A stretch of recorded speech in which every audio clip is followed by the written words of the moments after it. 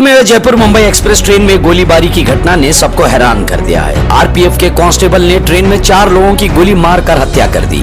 Railway police ने मारे गए यात्रियों की पहचान बताई है, जिसमें से एक 43 साल सैयद सैफुद्दीन जो कि कर्नाटक बीदर के रहने वाले हैं और हैदराबाद में काम किया करते थे। वो अपनी किसी काम से जयपुर से मुंबई ट्रेन में सफर कर रहे थे। सैफुद्दीन की 3 बेटियां और एक बेटा है और वो एक गरीब परिवार से ताल्लुक रखते हैं। सैफुद्दीन के परिवार वालों का कहना है कि एक सिर्फ सैफुद्दीन ही अपने घर के कमाने वाले थे, जिससे उनके परिवार की परवरिश हुआ करती थी। अब सैफुद्दीन की हत्या के बाद उनके परिवार वालों की सरकार से मांग है कि मुआवजे के साथ साथ मरने वाले सैफुद्दीन की बीवी को सरकारी नौकरी दी जाए और आरपीएफ के चेतन सिंह को कड़ी से कड़ी सजा मिले।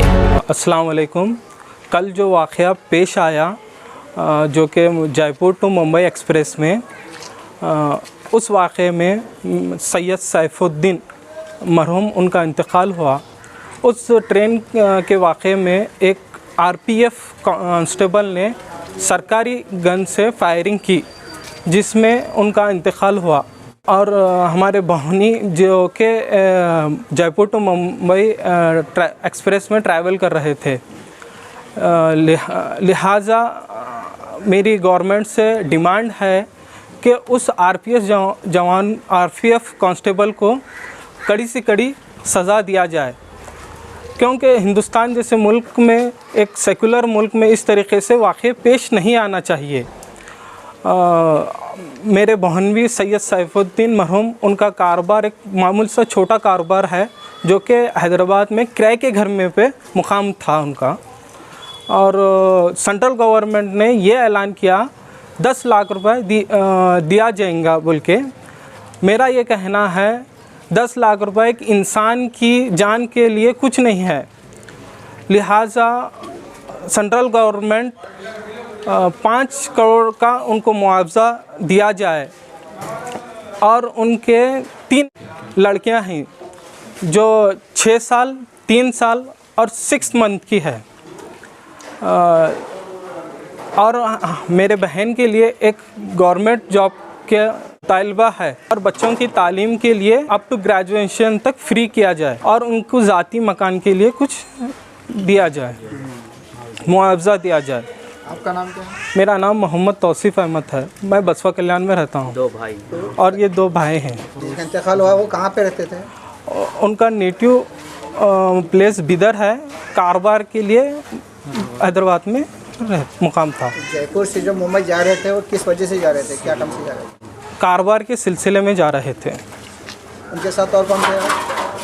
उनके साथ एक उनके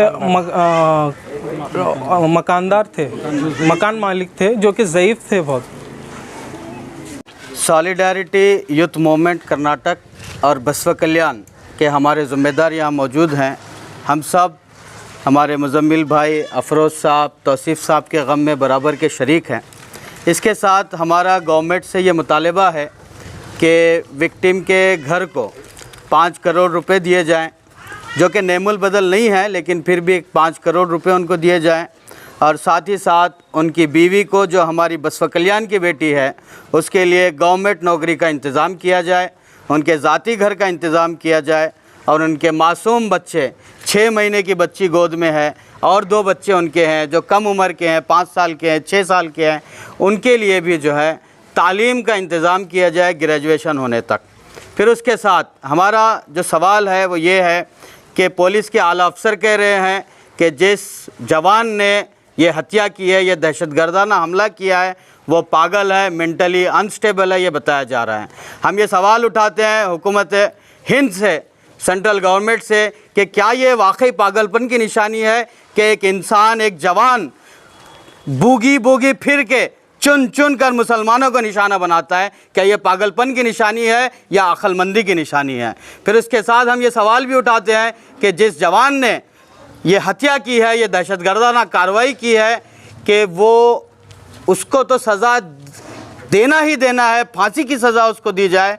उसके साथ इस बात की इंक्वायरी हो कि उसका जहन ऐसा क्यों बना, उसके पीछे क्या चीज़ें कार फरमा है, क्या वजूहात हैं, उसके मोबाइल की स्क्रीनिंग हो, उसके सोशल मीडिया को छाना जाए, वो किसकी स्पीचेस सुनता है, कौन सी नफ़रत भरी तकरीरें इस वजह है कि कोई इंसान आगे बढ़ के कत्ल करे। मोदी नहीं तो योगी, योगी हो मोदी हो, ये नारे 10-10 मिनट की वो स्पीच बोगी में देता है, तो इसके पीछे कौन सी हेट स्पीचेस हैं उसका जो है मुआयना किया जाए। और ये रेडिकलिज़म जो इंसानों के दिमागों में भरा जा रहा है नेताओं की तकरीरों से, इसको भी छानबीन की जाए।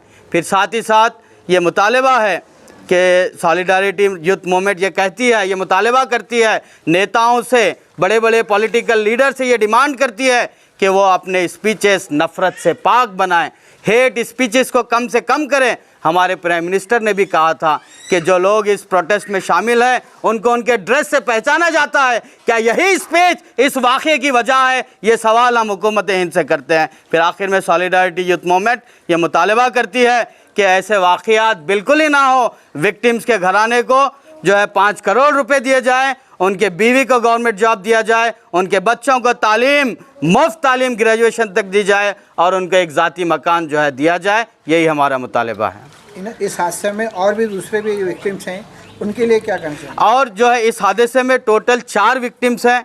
4 विक्टिम्स में एक सब इंस्पेक्टर है, फिर और दूसरे 3 विक्टिम्स हैं। 3 विक्टिम में एक विक्टिम हमारे बसवा कल्याण के रिलेटिव्स हैं। हम सभी विक्टिम्स के लिए यही मुतालबा करते हैं कि उनको 10 लाख रुपये जो ऐलान किया गया वो कोई एक जान का नेमल बदल नहीं है।